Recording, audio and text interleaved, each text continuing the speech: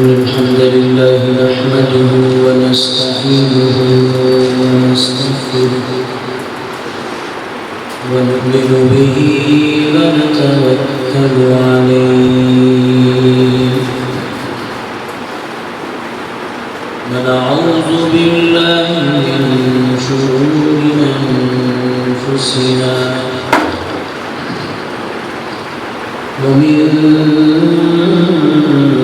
سيئات أعمالنا من يهده الله فلا مضل له ومن يضلل فلا هادي له ونشهد أن لا إله إلا الله وحده لا شريك له ونشهد أن محمدًا عبده ورسوله أما بعد فإن خير الحديث كتاب الله وخير الهدي هدي محمد صلى الله عليه وسلم وشر الأمور محدثاتها وكل محدثة بدعة وكل بدعة ضلالة وكل ضلالة في النار اللهم صل على محمد وعلى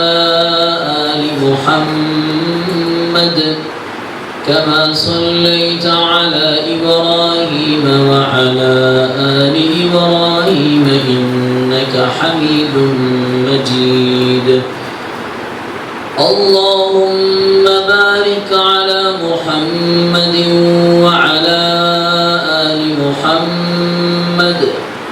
كما باركت على إبراهيم وعلى آل إبراهيم إنك حميد مجيد أعوذ بالله السميع العليم من الشيطان الرجيم بسم الله الرحمن الرحيم إن عدة الشهور عند الله 12 شهرا في كتاب الله يوم خلق السماوات والأرض منها 4 حرم ذلك الدين القيم فلا تظلموا فيهن أنفسكم صدق الله العظيم.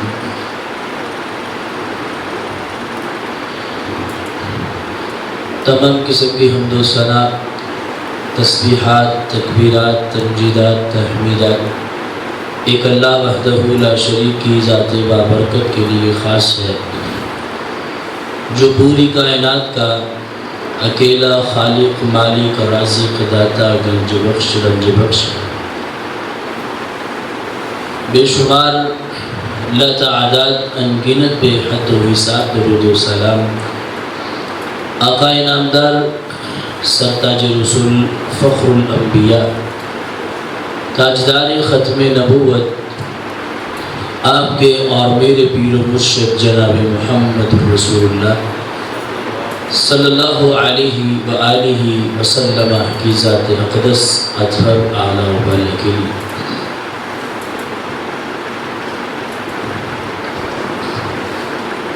خالق ارض و سما نے جو یہ نظام کائنات بنایا ہے، کئی آسمانوں اور کئی زمینوں پر پھیلا ہوا یہ وسیع و عریض نظام اس کے بارے میں یہ خیال بھی نہیں کیا جا سکتا ہے، یہ سوچا بھی نہیں جا سکتا ہے کہ اللہ نے اس سارے نظام کو، سسٹم کو بے معنی اور فضول پیدا کیا۔ اس کا بنانے کا مقصد کوئی نہیں، اس کو معرض وجود میں لانے کی وجہ کوئی نہیں۔ قرآن کریم فرقان حمید میں اللہ فرماتے ہیں افحسبتم انما خلقناکم عبثا، کہ تم نے یہ گمان کر رکھا ہے کہ جو اتنا بڑا نظام کائنات بنا کر کے ہم نے تمہیں زندگی کے چند سال گزارنے کے لیے بھیجے ہیں، عبثا، کیا یہ فضول ہے؟ وَأَنَّكُمْ إِلَيْنَا لَا تُرْجَعُونَ، اور تم ہماری طرف نہیں لوٹائے جاؤ گے۔ اس کا بنانے کا مقصد ہے، کوئی وجہ ہے، اور اللہ کے ہاں اس کا بڑا معنی ہے۔ ایک پہلو اگر ہم اس پر نظر دوڑائیں تو اس نظام کائنات کی اہمیت ہمارے سامنے واضح ہو جاتی ہے۔ زندگی کے جو دن، جو یہ سانسیں، جو لمحات، جو گھڑیاں ہم بسر کرتے ہیں، اللہ نے انہیں دن اور رات کی شکل دی ہے۔ کئی دن اور کئی راتیں مل کر کے ایک ہفتہ بنتا ہے، اور کئی ہفتے مل کر کے ایک مہینہ بنتا ہے، اور کئی مہینے مل کر کے ایک سال بنتا ہے، اور کئی سال مل کر کے ایک صدی بنتی ہے۔ جس وقت سے اللہ نے یہ نظام کائنات بنایا ہے، اس وقت سے دن اور رات کا جو سسٹم چلایا ہے، ایک ہفتے میں کتنے دن ہونے ہیں، ایک دن میں کتنے گھنٹے ہونے ہیں، ایک ہفتے میں کتنے دن ہیں، اور ایک مہینے میں کتنے ہفتے ہیں، اور ایک سال میں کتنے مہینے ہیں، اور ایک صدی میں کتنے سال ہیں، یہ سب کچھ اللہ نے قرآن کریم میں اللہ فرماتے ہیں ان عدۃ الشہور عند اللہ 12 شہرا فی کتاب اللہ یوم خلق السماوات والارض۔ جس دن آسمانوں کو بچھایا گیا اور جب زمین کو بچھایا گیا، اس دن سے اللہ نے مقرر کر دیا تھا 12 شہرا فی کتاب اللہ، کہ 12 مہینے ہوں گے، سال کے 12 مہینے ہیں، اور پھر ایک مہینے میں 4 ہفتے ہیں یا 5 ہفتے ہیں، اور ایک ہفتے میں 7 دن ہیں، اور ایک دن میں 24 گھنٹے۔ 12 شہرا فی کتاب اللہ، 12 مہینے۔ ایک مہینہ وہ ہے جو ہم نے انگریزی مہینہ جو انسانوں نے بنایا ہے، جو ہمارے بچوں کو بڑی پانی کی طرح یاد ہے، جنوری، فروری، مارچ، اپریل، مئی، جون، جولائی، اگست، یہ ہم نے بنایا ہے۔ لیکن ایک مہینہ جو مالک ارض و سماء نے، خالق کل کائنات نے جس وقت زمین و آسمان کو تخلیق فرمایا تھا، اس وقت ایک مہینوں کی ترتیب بنائی تھی جن کو عربی مہینے کہتے ہیں، جن کا آغاز ہوتا ہے محرم سے اور جن کا اختتام ہوتا ہے ذو الحجہ کے مہینے میں۔ محرم، صفر، یہ مہینے 12 مہینے اللہ کے پیغمبر علیہ السلام نے، اللہ رب الرحمن نے بنائے، اور فرمایا کہ منہا 4 حرم، 12 مہینے ہیں، ان 12 مہینوں میں سے 4 مہینے اللہ رب الرحمن نے حرمت والے بنائے ہیں۔ ویسے تو ہر دن ہی اللہ کے ہاں بڑا اہمیت کا حامل ہے، بڑا مقام کا حامل ہے، بڑی عظمت کا حامل ہے، بڑی شان و شوکت کا حامل ہے، لیکن فرمایا کہ ان 12 مہینوں میں سے 4 مہینے اللہ نے حرمت والے بنائے، احترام والے بنائے۔ مقام سارے دنوں کا ہے، عظمت، شان و شوکت تمام دنوں کی ہے، لیکن ان سب سے بڑھ کر کے 4 مہینے جو اللہ نے رکھے ہیں وہ عظمت والے ہیں، شان والے ہیں۔ وہ 4 مہینے کون سے ہیں؟ پہلا مہینہ ہے ذو القعدہ، دوسرا ذو الحجہ، اور تیسرا ہے محرم، اور چوتھا رجب ہے۔ یہ 4 مہینے جن کو اللہ رب الرحمن نے حرمت والے قرار دیا ہے۔ 3 مہینے اکٹھے ہیں، ذو القعدہ، ذو الحجہ اور محرم، یہ 3 مہینے اکٹھے، اور ایک مہینہ رجب کا ہے۔ یہ 4 مہینے اللہ رب الرحمن نے فرمایا کہ 4 حرم، احترام والے ہیں،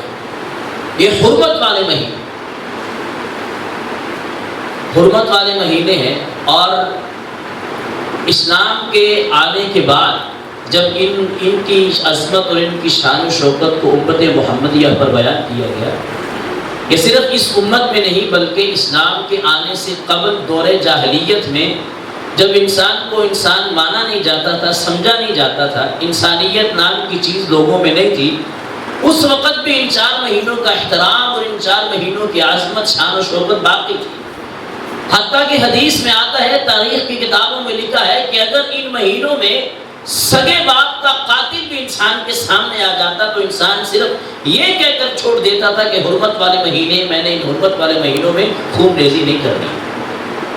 سگے باپ کے قاتل کو معاف کر دیتے تھے، چھوڑ دیتے تھے کہ ان مہینوں میں خون ریزی نہیں کروں گا۔ اور اللہ رب الرحمن فرماتے ہیں کہ 4 مہینے میں نے ذکر کیے ہیں کہ جن 4 مہینوں کو تم نے فلا تظلموا فیہن انفسکم، ان میں کام تم نے کیا کرنا ہے؟ فلا تظلموا فیہن انفسکم، ان 4 مہینوں میں بالخصوص تم نے اپنی جانوں پر ظلم نہیں کرنا، بچنا ہے، محفوظ رہنا ہے۔ ویسے تو 12 مہینے ہی اپنی جانوں پر ظلم کرنے کی ممانعت ہے، روکا گیا، لیکن 4 مہینے مختص کر کے انسان کو سمجھایا گیا، بتایا گیا کہ جس کے 12 مہینے ویسے ہی جانوں پر ظلم کرنا منع ہے، لیکن ان 4 مہینوں میں تم نے بالخصوص محفوظ رہنا ہے، بالخصوص بچنا ہے کہ تم ایسا کام کرو کہ جن کے ذریعے تم ان لوگوں میں شمار ہو جاؤ کہ جو اپنی جانوں پر ظلم کرتے ہیں۔ فَلَا تَظْلِمُوا فِيهِنَّ أَنفُسَكُمْ۔ سیدنا عبداللہ ابن عباس رضی اللہ تعالی عنہ نے اس کی تفسیر فرمائی ہے کہ وہ فرماتے ہیں کہ اللہ نے جو بات فرمائی ہے فَلَا تَظْلِمُوا فِيهِنَّ أَنفُسَكُمْ، اس کا مطلب کیا ہے؟ حرمت والے مہینوں میں اگر انسان نیکی کرتا ہے، باقی مہینوں میں نیکی کرے، اچھا عمل کرے، کوئی نیکی کا کام کرے، اللہ رب الرحمن اس کو ثواب دیتے ہیں، لیکن ان کی نسبت اس حرمت والے مہینے میں اللہ رب الرحمن اس کو زیادہ اجر اور زیادہ ثواب عطا فرماتے ہیں۔ نماز جس طرح باقی مہینوں میں فرض ہے ویسے ہی اس مہینے میں بھی فرض ہے، لیکن عظمت، شان و شوکت، مرتبہ، رفعتیں اور ثواب، جزا، بدلہ بڑھ جاتا ہے۔ اور اسی طرح فرمائے کہ اگر گناہ کرے انسان، باقی کر مہینوں میں نافرمانی کا، بغاوت کا، غلط کام کرنے کا گناہ تھوڑا ہے، ان مہینوں میں اگر کوئی انسان غلطی کرتا ہے، نافرمانی والا کام کرتا ہے، حدود الہی کو پامال کرتا ہے، فرمان نبوی سے اعراض کرتا ہے اور اللہ کے احکامات کو ماننے سے انکار کرتا ہے، تو فرمائے کہ ان مہینوں میں باقی مہینوں کی نسبت زیادہ گناہ اس کے نامہ اعمال میں لکھا جاتا ہے۔ گناہ کرنا انسان کو اللہ رب الرحمن نے 12 مہینے منع فرمایا کہ انسان بچ گناہ سے، دور رہ گناہ سے، لیکن ان مہینوں کو خاص کر کے فرمایا کہ یہ احترام والے مہینے ہیں، حرمت والے مہینے ہیں، تم نے ان سے بالخصوص بچنا ہے۔ اب ایک سوال جو سامنے آتا ہے وہ یہ کہ اللہ رب الرحمن نے ان 4 مہینوں کو جو مختص کیا ہے، جیسا کہ میں نے عرض کیا کہ 12 مہینے ہی گناہ کرنا منع ہے، لیکن 4 مہینے جو مختص کر کے اللہ نے بات فرمائی، اس کی وجہ کیا ہے؟ علماء نے بڑی باتیں اس میں ذکر کی ہیں، لیکن ایک بات جو سب سے زیادہ معتبر مانی جاتی ہے اور سمجھی جاتی ہے وہ یہ ہے کہ 3 مہینے جو اللہ نے اکٹھے ذکر فرمائے، ذوالقعدہ، ذوالحجہ اور محرم، یہ حج کے مہینے ہیں۔ لوگ دور دراز سے، مختلف ملکوں سے، علاقوں سے خانہ کعبہ کا رخ کرتے اور مسجد حرام میں آ کر کے، بیت اللہ میں آ کر کے نماز پڑھتے، بیت اللہ میں آ کر کے اللہ کے سامنے جھکتے، حج کا فریضہ ادا کرتے۔ اللہ رب الرحمن نے 3 مہینے جو اکٹھے ذکر فرمائے ہیں، ذوالقعدہ، ذوالحجہ اور محرم، یہ تینوں مہینے حج کے مہینے ہیں۔ ذوالقعدہ میں لوگ عموماً سفر شروع کرتے ہیں بیت اللہ کی طرف، اور ذوالحجہ کے مہینے میں وہاں پر فریضہ حج ادا کرتے ہیں، اور جو تیسرا مہینہ محرم کا ہے وہاں پر عموماً لوگ حج کا فریضہ ادا کرنے کے بعد واپس گھروں کو لوٹ رہے ہوتے ہیں۔ 3 مہینے اللہ نے مختص اس وجہ سے کیے ہیں کہ لوگ ان تینوں مہینوں میں گناہ اپنا قتل و غارت سے، قتل زنی سے، ڈاکہ زنی سے، چوری چکاری سے اور بڑے عظیم گناہوں سے محفوظ رہیں، تاکہ لوگ آسانی کے ساتھ اپنا فریضہ حج ادا کر سکیں۔ اور 1 مہینہ رجب کا جو ان سب کے درمیان میں، سال کے درمیان میں آتا ہے، جمادی الثانی اور رجب کے درمیان میں جو مہینہ آتا ہے، جمادی الثانی اور شعبان کے درمیان میں مہینہ رجب کا ہے۔ اللہ رب الرحمن نے رجب کا مہینہ حرمت والا اس وجہ سے بنایا کہ سال کے درمیان میں لوگ عمرہ کرنے کے لیے مسجد حرام کا رخ کرتے ہیں، ان کو آنے میں دقت نہ ہو، آسانی کے ساتھ بغیر کسی چوری چکاری اور قتل زنی کے اور لوگوں کے فراڈ دھوکے سے بچتے ہوئے ان رجب کے مہینے میں آ کر کے عمرہ ادا کرو۔ تو یہ 4 مہینے اللہ نے ذکر فرمائے ہیں، ان مہینوں میں کرنے کے کام کیا ہیں؟ فَلَا تَظْلِمُوا فِيهِنَّ أَنفُسَكُمْ، ایک کام تو اللہ نے ذکر فرما دیا کہ تم نے اپنی جانوں پہ ظلم نہیں کرنا۔ اور انسان جان پہ ظلم کیسے کرتا ہے؟ جب اس نے گناہ کیا، غلطی کی، نافرمانی کی، اللہ کے احکامات کو پامال کیا تو وہ اپنی جان پر ظلم کرتا ہے، وہ اپنی جان کو دھوکے میں ڈال رہا ہے۔ جب میں گناہ کرتا ہوں، میں غلطی کرتا ہوں، میں نافرمانی کرتا ہوں، تو میرے گناہ کرنے سے، میری غلطی کرنے سے کعبے کے رب کی قسم ہے اللہ کو ذرہ برابر بھی نقصان نہیں ہوتا ہے۔ اللہ کے حبیب علیہ السلام نے فرمایا تھا لو ان اولکم واخرکم وانسکم وجنکم، کہ میری امت کے لوگوں اس بات کو یاد رکھو، اگر تمہارے پہلے تمہارے بعد جتنے لوگ آتے ہیں قیامت کی صبح، سیدنا آدم علیہ السلام سے لے کر کے قیامت کی صبح تک آنے والے سارے لوگ ایک میدان میں جمع ہو جائیں اور اللہ کے سامنے سجدے میں پڑ جائیں، اللہ کی حمد و ثنا، اللہ کی بڑائیاں کی بڑیائیاں، اللہ کی وحدانیت، رب کی الوہیت کے تذکرے، اللہ کی حمد و ثنا اور رب کے تابع بن جائیں۔ فرمایا کہ تم سارے کے سارے مل کر کے بھی اللہ کی سلطنت میں، اللہ کی بادشاہت میں، اللہ کی طاقت میں، اللہ کی قدرت میں، رب کے اختیار میں، اللہ کے اقتدار میں، اللہ کی شہنشاہت میں ایک ذرے کے برابر بھی اضافہ نہیں کر سکتے ہو۔ اور فرمایا کہ اگر تم سارے کے سارے ٹٹ جاؤ کہ ہم نے اللہ کی ماننی نہیں ہے، اللہ کے مخالف جانا شروع کر دو، اللہ کی بات کو تسلیم کرنے سے انکار کر دو، اللہ کے احکامات کو روندنا شروع کر دو، ان کو پامال کرنا شروع کر دو، فرمایا کہ تم سارے کے سارے مل کر کے بھی اللہ کی سلطنت میں، خدا کی بادشاہت کے اندر ایک ذرے کے برابر بھی کمی اور نقصان نہیں کر سکتے۔ وہ ہم سب سے بے نیاز ہے، اللہ الصمد ہے،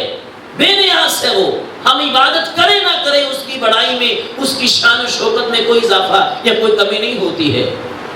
اس کا فائدہ، اس کا نقصان مجھ آپ کو ہے۔ جب ہم نیکی کرتے ہیں تو نامہ اعمال میں نیکی میرے آپ کے لکھی جاتی ہے، جب ہم نماز پڑھتے ہیں تو نماز پڑھنے کا ثواب میرے آپ کے نامہ اعمال میں لکھا جاتا ہے، بدلہ مجھ آپ کو ملتا ہے۔ اور جب ہم گناہ کرتے ہیں تو گناہ کر کے ہم اپنے اللہ کو ناراض کرتے ہیں، خدا کو ناخوش کرتے ہیں، اور ہمارے اسی گناہ کی وجہ سے ہم اپنی جانوں پر ظلم کر کے اللہ کی نگاہوں میں اپنے آپ کو گرا لیتے ہیں۔ فرمائے کہ تم نے گناہ کرنے سے بالخصوص ان 4 مہینوں میں رکنا ہے۔ وجہ کیا ہے کہ جس طرح باقی مہینوں میں گناہ کرنے کا، اللہ کی نافرمانی کرنے کا گناہ ہے، ان مہینوں میں گناہ بڑھ جاتا ہے۔ انسان جھوٹ بولتا ہے، جھوٹ بڑا سنگین گناہ ہے۔ قرآن کریم فرقان حمید میں اللہ فرماتے ہیں انما یفتری الکذب الذین لا یؤمنون بالآخرہ، جھوٹ وہ باندھتے ہیں کہ جن کا آخرت پر ایمان نہیں ہے۔ اللہ کے حبیب علیہ السلام نے ذکر فرمایا کہ جب انسان جھوٹ بولتا ہے، یہ جھوٹ بولنا انسان کو جہنم کے دہانے پر لے جاتا ہے۔ مسلسل جھوٹ بول رہا ہے، جھوٹ بولی جا رہا ہے، توبہ نہیں کر رہا، اللہ سے معافی نہیں مانگ رہا، صبح و شام دن رات اس کا ایک ہی وہ اس کا نظریہ ہے کہ جھوٹ بول کر کے اس نے لوگوں کو فراڈ کر کے مال ہتھیانا ہے اور اللہ کی نافرمانی کرنی ہے۔ جھوٹ بول بول کر کے فرمایا کہ یہ جہنم کے کنارے پر پہنچ جاتا ہے، اور بسا اوقات کسی جھوٹ کی وجہ سے انسان دوزخ کے اندر چلا جاتا ہے۔ اللہ کے حبیب علیہ السلام نے ایک موقع پر ارشاد فرمایا ویل اللہ ثم ویل اللہ، ہلاکت ہو، تباہی ہو، بربادی ہو۔ اتنے سخت ترین الفاظ اللہ کے پیغمبر نے شرابی کے لیے بھی استعمال نہیں فرمائے، کبابی کے لیے بھی استعمال نہیں فرمائے۔ اتنے سخت ترین الفاظ اللہ کے پیغمبر نے زانی کے لیے بھی استعمال نہیں فرمائے، جتنے سخت ترین الفاظ اللہ کے پیغمبر نے جھوٹ بولنے والے شخص کے لیے فرمائے۔ ویل اللہ، ہلاکت ہو، ثم ویل اللہ، پھر بربادی ہو، ثم ویل اللہ، پھر تباہی اور بربادی ہو۔ اس شخص کے لیے جو لوگوں کو ہنسانے کے لیے جھوٹ بولتا ہے کہ میں لوگوں کو بات کروں، ایسی جگت ماروں کہ لوگ واہ واہ کر اٹھیں، ایسی بات کروں کہ لوگ جو ہے وہ ہنسنے پر مجبور ہو جائے، کسی کے منہ پر بات کر کے، کسی کی ناک پر بات کر کے، کسی کے جسم پر بات کر کے، کسی کے مال پر بات کر کے میں لوگوں کو ہنسنے پر مجبور کر دوں۔ فرمایا کہ جو لوگوں کو ہنسانے کے لیے جھوٹ بولتا ہے نا، ایسا بندہ دنیا میں بھی برباد ہوتا ہے، آخرت میں بھی برباد ہوتا ہے۔ اسٹیج ڈرامے کیے جاتے ہیں، جغل بازی کا مظاہرہ کیا جاتا ہے۔ ہمارے فنکار جو ہیں، اداکار، بڑی لوگوں کو خوش کرنے کے لیے باتیں کرتے کہ میں ماشاءاللہ بڑا اچھا لوگوں کو ہنسا رہا ہوں، ان لوگوں کو اپنے اعمال کا احتساب کرنا چاہیے. ان کے اس چھوٹے سے جرم کی وجہ سے ساری زندگی کی لعنتیں اور بربادیاں ان کے چہروں پر پڑ سکتی ہیں. لمن يضحك بالناس، جو لوگوں کو ہنسانے کے لیے جھوٹ بولے، فرمایا اس کے گھر میں کبھی خیر نہیں آ سکتی. دنیا میں بھی برباد تھا، آخرت میں بھی برباد ہوگا. اس کی نیکیاں، اس کے اعمال، اس کے سارے کام، چاہے وہ جتنا مرضی اللہ کے راستے میں خرچ کرتا رہے، جو لوگوں کو ہنسانے کے لیے جھوٹ بولتا ہے، اللہ کے پیغمبر نے فرمایا ویل لہ، اس کے لیے ہلاکت ہے، بربادی ہے اس کے لیے. گناہ کر یہ جھوٹ بولنا 12 مہینے ہی منع ہے. اللہ نے قطعاً اجازت نہیں دی ہے کسی شخص کو جھوٹ بولنے کی، سوائے 3 مقامات کے. شوہر بیوی کے درمیان جھگڑا ہو جائے، ان کی تعریف میں چند جھوٹے کلمات بولنے کی اجازت ہے، لیکن حد سے تجاوز کرنے کی نہیں. اسی طرح اگر 2 بھائیوں کے درمیان، 2 رشتہ داروں کے درمیان جھگڑا ہو جائے، ان کے درمیان صلح کروانے کے لیے ایک دوسرے کی جھوٹی تعریف کرنے کی اجازت ہے. اور تیسرا وہ مقام ہے کہ جب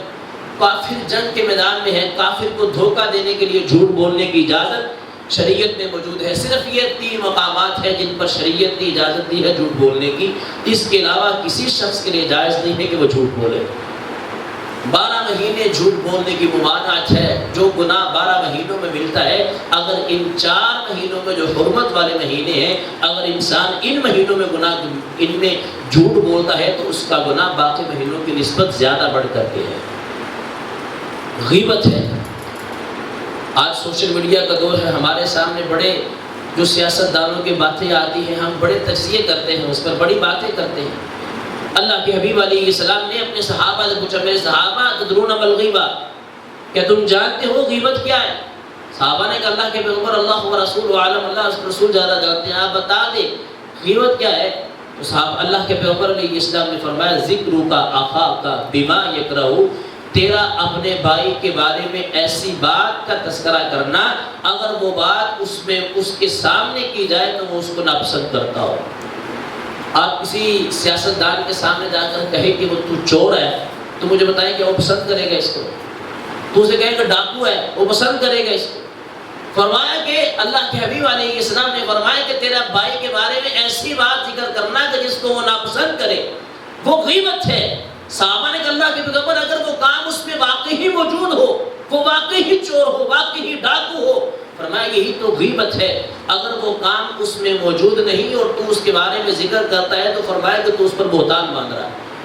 تو اس پر الزام تراشی کر رہا ہے. اور جانتے ہیں کہ بہتان کا گناہ کتنا بڑا ہے. حبیب کبریا علیہ السلام پر کے سینہ اقدس پر نازل ہونے والا قرآن، اللہ فرماتے ہیں کہ ثم لم یأتوا بأربعة شهداء فاجلدوهم 80 جلدہ.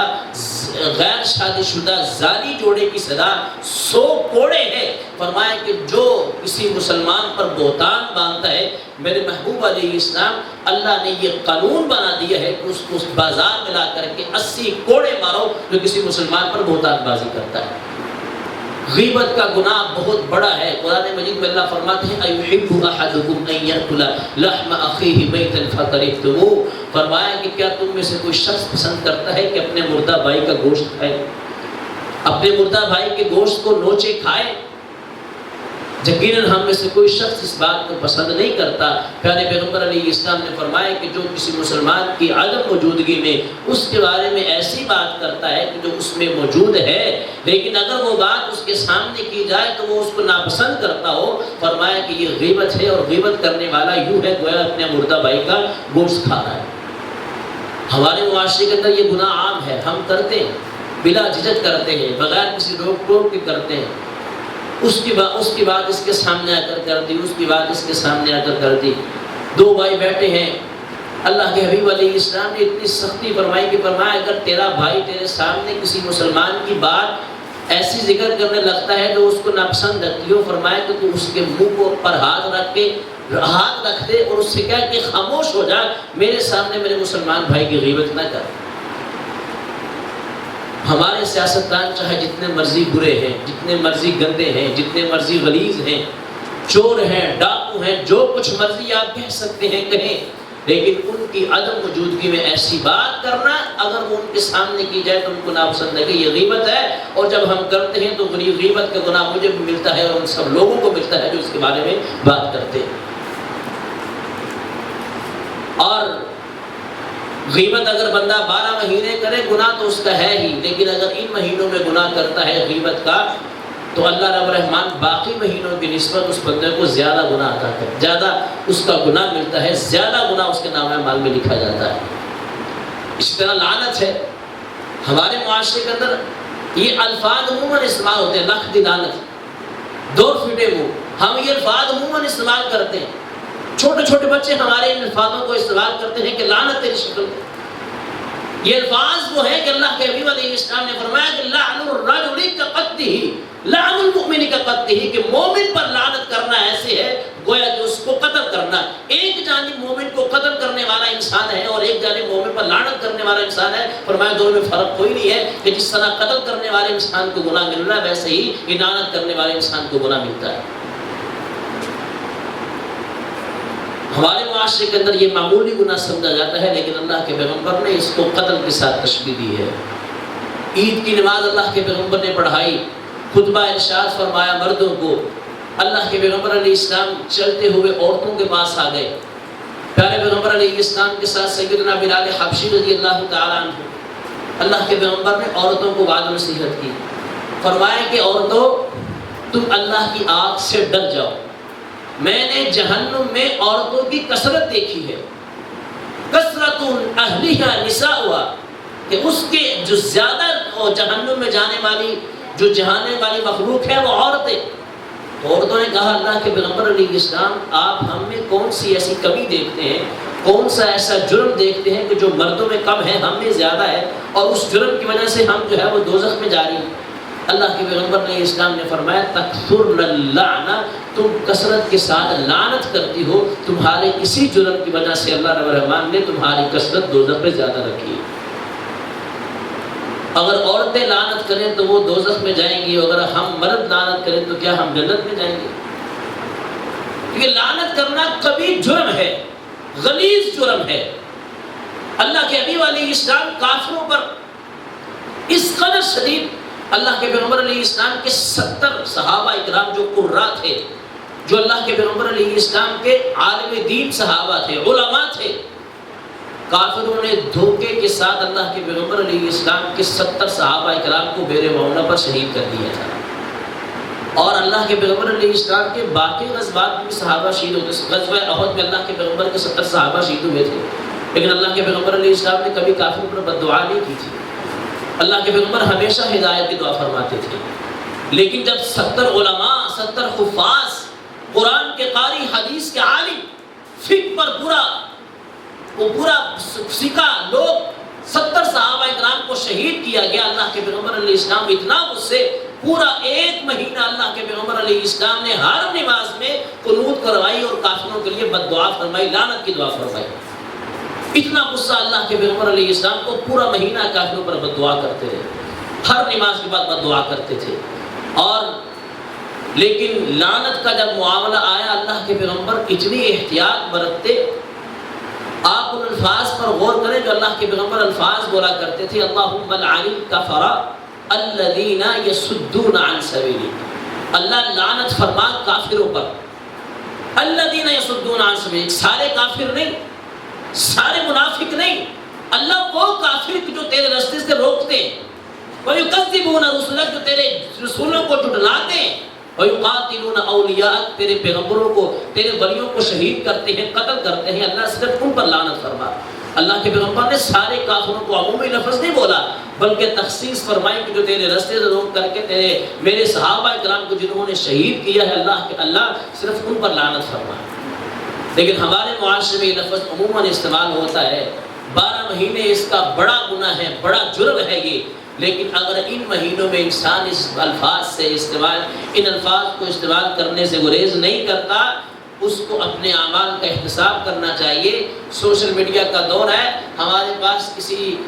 سیاست دان کی کوئی تصویر آ جاتی ہے جس پر لکھا ہوتا ہے کہ لعنت، اور لعنت کے چکر میں جو ہے وہ ہم اس پر الفاظ بول جاتے ہیں، حبیب کبریا علیہ السلام کی جو شریعت میں وہ بندہ بھی اس کا پورا جو ہے وہ اس میں شامل ہوتا ہے کہ جو کسی کی بات بھیجی ہوئی بغیر کسی تحقیق کے اس کو آگے سینڈ کر دیتا ہے، تو لعنت والے کام سے ہمیں گریز کرنا ہے۔ یہ چھوٹے چھوٹے گناہ ہیں جن کو ہم معمولی سمجھتے ہیں، ہمارے چھوٹے چھوٹے بچے ان الفاظوں کو استعمال کرتے ہیں، ان الفاظ کو استعمال کرنے سے ہمیں خود بھی گریز کرنا چاہیے اور اپنے معصوم بچوں کو بھی اس سے روکنا چاہیے، وگرنہ بڑے ہو کر کی عادت بن جاتی ہے اور پھر یہ عادت کبھی ختم نہیں ہوتی ہے۔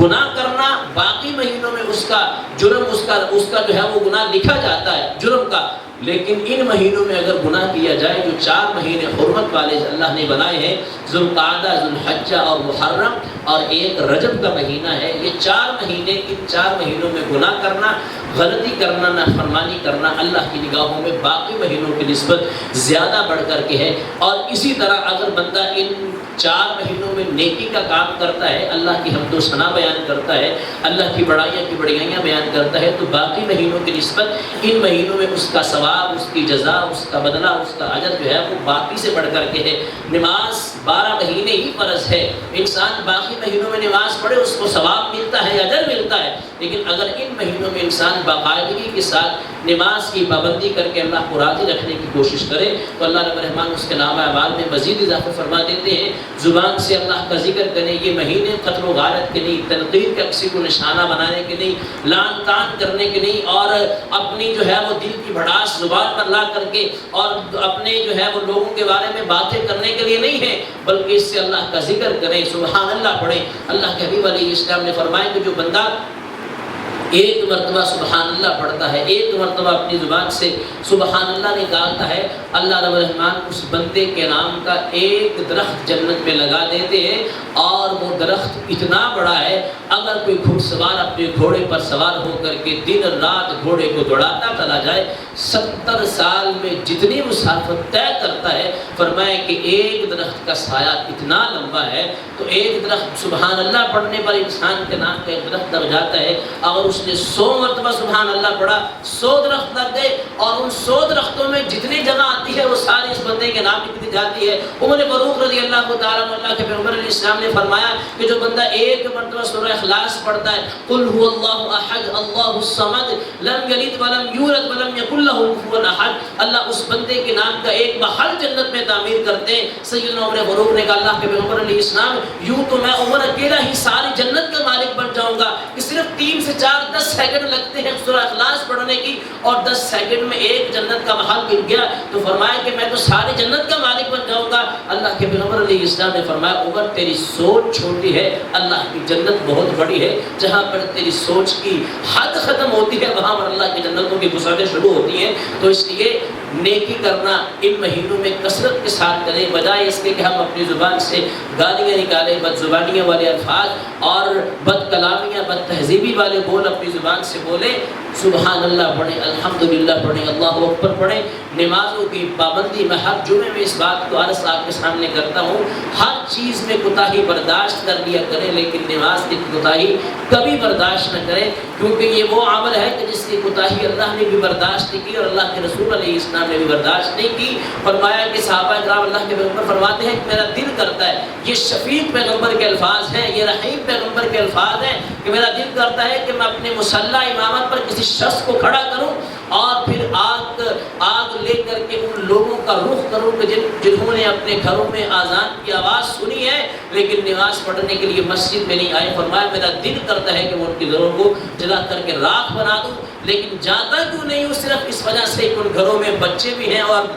خواتین بھی ہیں جن پر مسجد میں آ کر کے نماز پڑھنا فرض نہیں ہے۔ اللہ سے دعا ہے کہ اللہ تعالیٰ صحیح معنوں میں ان 4 مہینوں میں عبادت کرنے کی توفیق عطا فرمائے۔ پھر ذکر کر دیتا ہوں، ایک ذوالقعدہ ہے، ایک ذوالحجہ ہے اور ایک محرم ہے، اور چوتھا مہینہ رجب ہے۔ یہ 4 مہینے اللہ کے پیغمبر علیہ السلام نے شریعت نے حرمت والے قرار دیے ہیں۔ خون ریزی سے، قتل و غارت سے، جنگ و جدل سے، ڈاکہ زنی سے، چوری چکاری سے اور دیگر بڑے کام، جھوٹ سے، غیبت سے، چغلی سے، جتنے بھی بڑے گناہ ہیں، جتنے بھی بڑے جرم ہیں، ان تمام تر جرموں سے بچنے کی خصوصی تلقین ان گناہوں میں کی گئی ہے۔ اللہ مجھ آپ کو صحیح معنوں میں عمل کرنے والا بنائے۔ الحمدللہ رب العالمین۔